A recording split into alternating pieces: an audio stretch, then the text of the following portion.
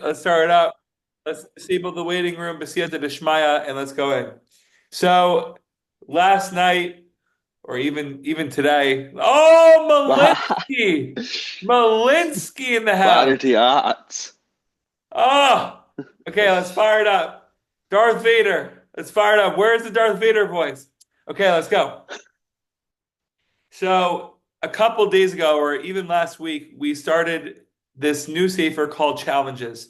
We're basically going to take the light of Hanukkah, and you guys can't see the book, right? Because that's exactly what we're going to be speaking about today. Okay? The blurriness of life, and how we guide ourselves and conduct ourselves through the blurriness itself. So we started on that topic, and we're going to continue, and hopefully we'll make it to the next concept. So here's where we begin. We find this concept in the words of Rabbi Nachman.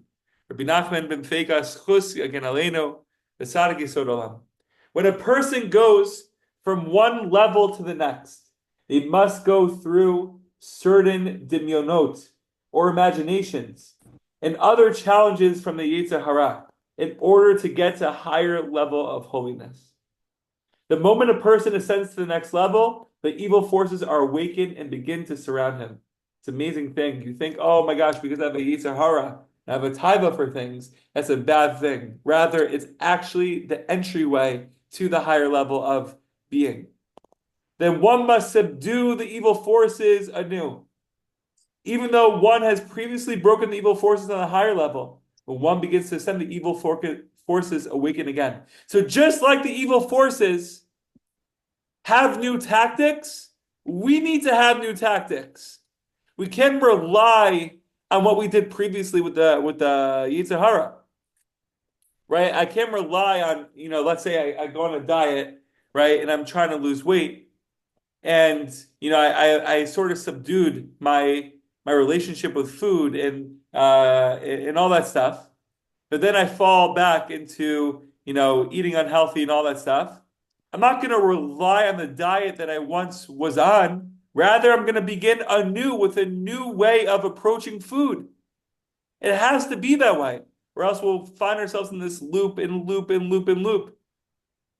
We can't be the same basketball player every single time we're on the floor. We have to constantly evolve, watch film on ourselves, learn from ourselves. We can't rely on moves that we did 15 years ago. You know who did? Carmelo Anthony. And how was he as a basketball player? Not that great when he was in his later years. Okay. Avraimel from the army. Avraimel, you guys see Avraimel in his first week in the army, he's coming on.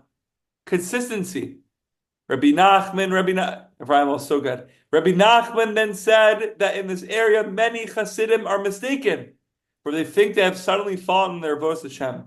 But in truth, it's not a descent at all.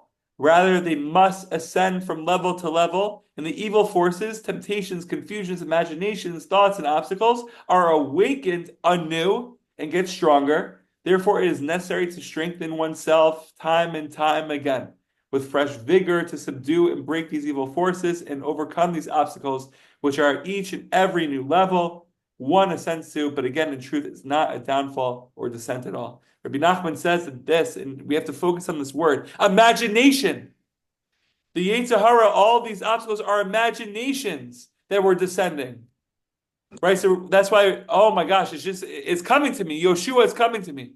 Rav Yar always said, I never really chopped it until right now. Actually, until right now. Wow. I would always say it as a cute thing to tell people. I never really knew what it meant. So if you ever heard this from me, I never really believed it. Whatever. But now it's coming to me right now. Baruch Hashem. Yiri dalet sorach aliyah. Right? You think, okay, I go down to go back up. That's a cute thing to say, right? We have to go down in order to come. But Rav Yar would always say the Yirida is the Aliyah itself.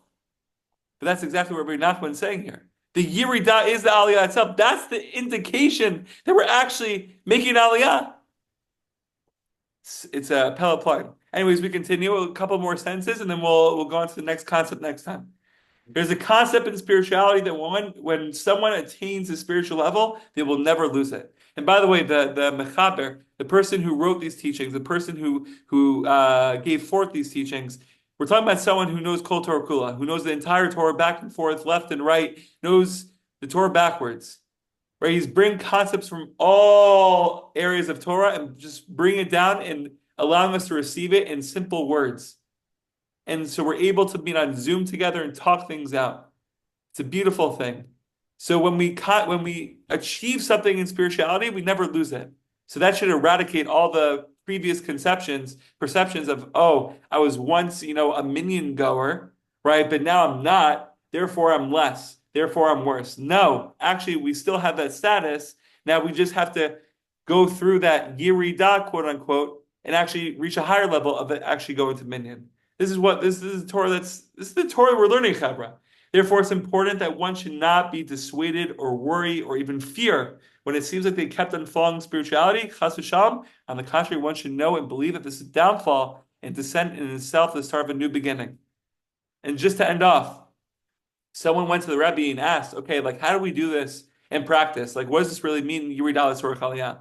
So the Yiridah, says the Rabbi, Rabbi Yitzchak Meyer Morgenstern, who's in Yerushalayim right now. He just turned 55 years old, I don't know, I mean, 55, 56. The Yiridah mentioned in the Sfarim is what a person feels, but does not reflect reality, that a person is only going higher, right? So it's just how we feel, but in reality, we're mamish only going higher and higher and higher. B'siyata d'shmaya, we should awaken ourselves. We should awaken ourselves 70 days before Purim, says Ami Bloom, and we have to break through the shells and the obstacles that Amalek is constantly sending us and constantly battling with us.